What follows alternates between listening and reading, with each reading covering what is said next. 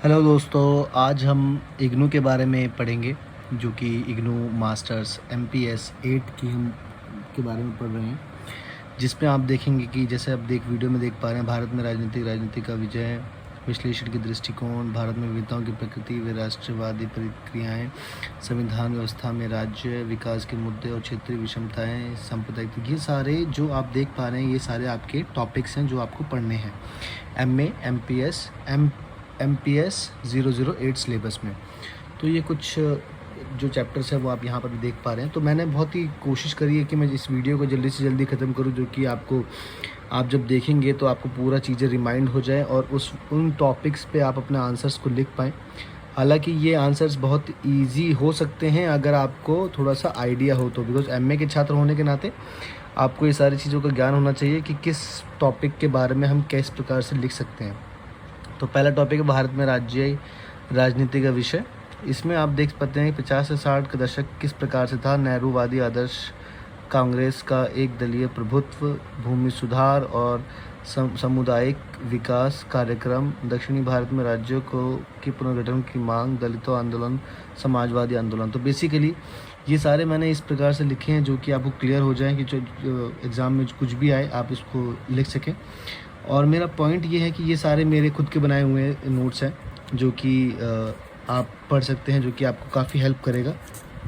आगे हम पढ़ेंगे इस बारे में क्षेत्रीय दल का उदय किस प्रकार से हुआ। 70 का दशक देख सकते हैं आप, हरित क्रांति वगैरह, भारतीय दल का गठन, बड़ी संख्या में राज्यों में सशक्त क्षेत्रीय नेताओं का उद्गमन, केंद्र राज्य संबंधों में परिवर्तन की मांग, आपातकाल मॉडल आयोग की नियुक्ति व पिछड़े वर्ग के लिए आरक्षण। तो ये सब 70 के दशक में हुआ था, इसको एक्सप्लेन कर सकते हैं आप। 80 के दशक भी जैसे कि हम देख पा रहे हैं किस प्रकार से था। देखिए, भूमंडलीकरण, गठबंधन राजनीति की बारंबारता, किसानों के आंदोलन। जो पहले के किसानों के आंदोलन थे वो एक अलग आंदोलन थे, और जो 80 के दशक के किसान आंदोलन थे वो बेसिकली बाज़ार को लेके थे। भारतीय किसान यूनियन ने बाजार संबंधित विषयों की मांग उठाई, केंद्र से संसाधनों की आवंटन की मांग उठाई। जाहिर सी बात है, केंद्र से संसाधनों की आवंटन की मांग उठाएंगे तभी हम किसानों के लिए कार्य कर पाएंगे। तो ये 80 के दशक में हुआ था। उसके बाद हम जानते हैं भूमंडलीकरण का दौर आया था 1991 में, जब पूरी नीति चेंज हुई थी और भारत ने उद्योगीकरण को अपनाया था। तो FDI से, देखिए यहाँ पर पॉइंट बना रखा है मैंने, पॉइंट नंबर 1, FDI से कुछ राज्य उन्नत हुए और कुछ पिछड़ गए। तो जाहिर सी बात है, फिक्स डिपॉजिट की, अगर मैं फॉरेन डायरेक्ट इन्वेस्टमेंट की अगर बात करूँ तो इससे कई लोग संपन्न भी हुए हैं और कई राज्य पिछड़ भी गए। ग्लोबलाइजेशन ने केंद्र की शक्ति को कमज़ोर किया, जाहिर सी बात है, क्योंकि अब एक थोड़ा सा प्राइवेटाइजेशन हो रहा था, नई नई कंपनियां भारत में स्थापित हो रही थी और लोग इन्वेस्टमेंट भी कर रहे थे। तो जाहिर सी बात है कि केंद्र का थोड़ा सा शक्ति इसमें कम हुआ, देखा गया। तो अब हम बात करेंगे, ये चैप्टर 1 हमारा कंप्लीट हो गया। चैप्टर 2, विश्लेषण के दृष्टिकोण। तो यहाँ पर विश्लेषण के दृष्टिकोण से हम अक्सर इस पर ना ज़्यादा नहीं पढ़ेंगे, हम इस चैप्टर में सिर्फ 2 शक्तियों के बारे में पढ़ेंगे। पहले जो दृष्टिकोण है, इसमें दृष्टिकोण के बारे में एक्सप्लेन करना है आपको। पहला जो दृष्टिकोण है वह है व्यवस्थित दृष्टिकोण। 70 के दशक के दशक तक इस्तेमाल हुआ था। ये औपनिवेशिक देशों के विकास के लिए इस दृष्टिकोण का इस्तेमाल हुआ। भारत में केंद्र के साथ साथ राज्य की राजनीति के इस्तेमाल किया गया। व्यक्तियों, दृष्टिकोणों के पहलू, राजनीतिक दलों के भीतर स्वामी, गुट, जाति, धर्म, भाषा, नेतृत्व, चुनाव, दबाव समूह।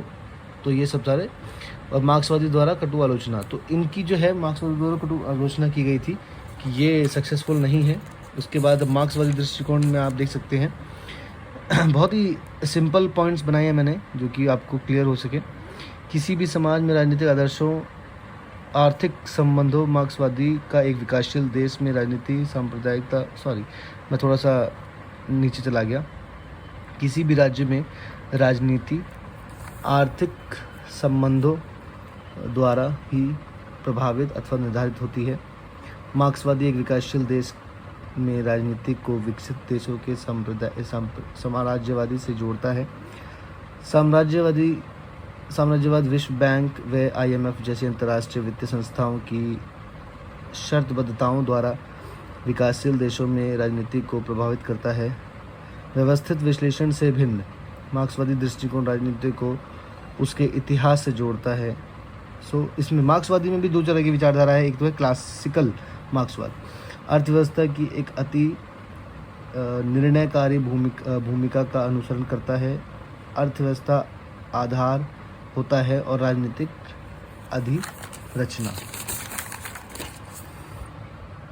क्लासिकल मार्क्सवादी का प्रमुख कृषि संबंधों एवं भूमि सुधारों तथा विभिन्न राज्यों में श्रमिक संघ आंदोलन का अध्ययन रहा है।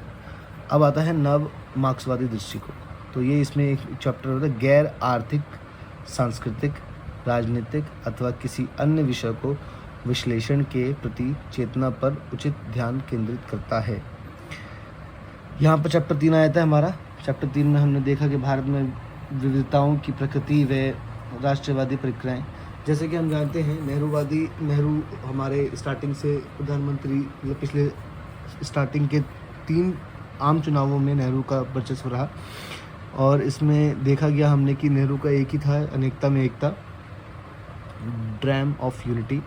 जाति एवं छुआछूत पदानुक्रम के बीच भेद करने का प्रयास किया और निष्कर्ष निकाला कि जाति को चले जाना चाहिए। इसी जाति के आधार पर ही है, क्योंकि पहले 1917 तक हमारी जो सोच थी वो थोड़ी सी मौखिक रूप से छुआछूत की सोच थी, जो कि ख़त्म करने का काफ़ी प्रयास किया गया। समय समय पर जाति व्यवस्थाओं को कम करने के लिए नए नए अनुच्छेदों में लिखा गया। तो और दूसरा पॉइंट मैंने बनाया, जिन्होंने स्वदेशी अथवा असहयोग आंदोलन में भाग नहीं लिया उनको सामाजिक बहिष्कार झेलना पड़ा। हाँ बिल्कुल, 1919 और 21 और ये सब जो आंदोलन चल रहे थे, इस समय पर जो लोग साथ नहीं देते थे उनको बहिष्कार किया गया। ये भी एक भेदभाव का ही हिस्सा है, जिसमें देखा जाता है कि और भारत में अनेक धार्मिक लोग रहते, धार्मिक, सामाजिक, क्षेत्रीय विषमताओं से लोग काफ़ी अलग रहते हैं। राष्ट्रवादी लोग एक सैद्धांतिक स्तर पर जाति को छोड़ जा रहे थे। व्यवहारिक रूप में वे जाति अनुमोदन पर निर्भर थे। राष्ट्रवादी लोग, जो आप देख के समझ सकते हैं। अब यहाँ पर हम चौथा चैप्टर पे आ जाएंगे, जो कि मैं कोशिश कर रहा हूँ कि जल्दी चैप्टर को ख़त्म करूँ, जो कि आपको काफ़ी सहायता मिले। भारत संविधान व्यवस्था में राज्य, जाहिर सी बात है अब हम राज्य के बारे में पढ़ेंगे कि राज्य किस तरह से काम करता है, किस तरह से नहीं करता, क्या इंपॉर्टेंट है क्या नहीं है। पहले तो भारत सरकार अधिनियम 1935 के मॉडल पर गठित एक संघीय राज्य को जन्म दिया। उच्च रूप से केंद्रीकृत संघ था। भारत में संघीय प्रणाली को अपनाया है, जिसमें शक्ति के बंटवारे या उससे अधिक हो, जैसे केंद्र, राज्य, समवर्ती सूची।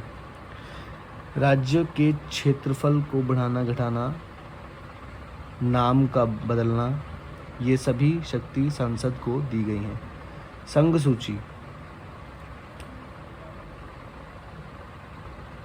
सूची में हमारे पास जो विषय हैं वो पहले 47 थे, अब 51 हो गए।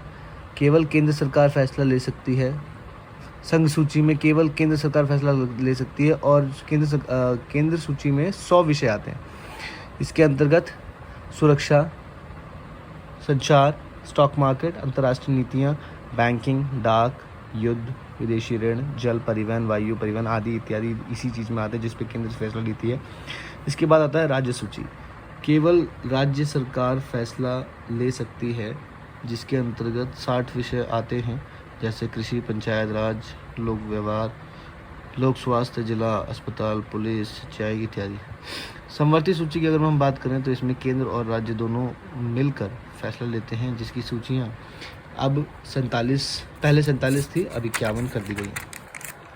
अब ये हम थोड़ा सा यहाँ पर पढ़ लेंगे थोड़ा सा आर्टिकल के बारे में। आर्टिकल में क्या क्या मेन है। वैसे बेसिकली ये जो पोर्शन है वो पूरा राज्यपाल से संबंधित है। संसद को यह अधिकार प्राप्त है कि सांसद अपने कार्य को ऐसे अधिकार को सौंप सकती है जो राज्यपाल के अधीन हो। आर्टिकल मैंने ऊपर लिख रखा है, आप देख सकते हैं, जो कि आपको हेल्प भी करेगा। संसद को अधिकार है कि वह किसी भी राज्य में विधान परिषद को समाप्त कर सकती है और नए कानून भी बना सकती है। आर्टिकल 200 में लिखा गया है कि राज्यपाल को शक्ति है कि वो किसी भी विधेयक को राष्ट्रपति की स्वीकृति हेतु आरक्षित कर सकता है। आर्टिकल 352 आपातकाल के दौरान अगर इसमें संवैधानिक संकट उत्पन्न होता है तो संवैधानिक संकट उत्पन्न होता है तो संवैधानिक विफल हो जाते हैं और तो राष्ट्रपति अपने कार्य को राज्यपाल को सौंप देता है। बजट बिल पास होता है तो राज्यपाल के हस्ताक्षर होते हैं। विधेयक पर भी हस्ताक्षर होते हैं। राज्यपाल एक मंत्री परिषद की नियुक्ति करता है, उसके कार्यों में सहयोग करता है। मंत्री परिषद निर्वाचित राज्य विधानमंडल के प्रति उत्तरदायी होते हैं। अब यहाँ पर थोड़ी सी बात आती है कि राज्यपाल का कार्यकाल क्या है। 5 वर्ष होता है। आर्टिकल 156 में लिखा गया है उम्र 35 साल, संसद या विधानमंडल का सदस्य ना हो, दिवालिया घोषित ना हो। और इस तरह से हम अभी यहीं पे वीडियो समाप्त करते हैं। बाकी का हम करेंगे चैप्टर नंबर 5 से स्टार्ट करेंगे। ये इस वीडियो में आप अपने 4 चैप्टर कवर कर सकते हो और आपको एक ओवरव्यू मिल जाएगा कि एक्चुअल में हमारी जो पूरी बुक है वो किन चीज़ों पे निर्भर करती है और एग्ज़ाम में क्या चीज़ें आ सकती हैं जो कि आप अपनी इस वीडियो के द्वारा पूरे एग्ज़ाम को कंप्लीट कर सके बहुत ही आसानी से। चलिए ठीक है, आगे मैं और भी वीडियो लाऊंगा जो कि आपको हेल्प करेंगी। I mean, not only MPS, it's not only MPS, it's about all our political science syllabus. I'll try to complete all this in short videos. Thank you so much. You can like this video if you like this.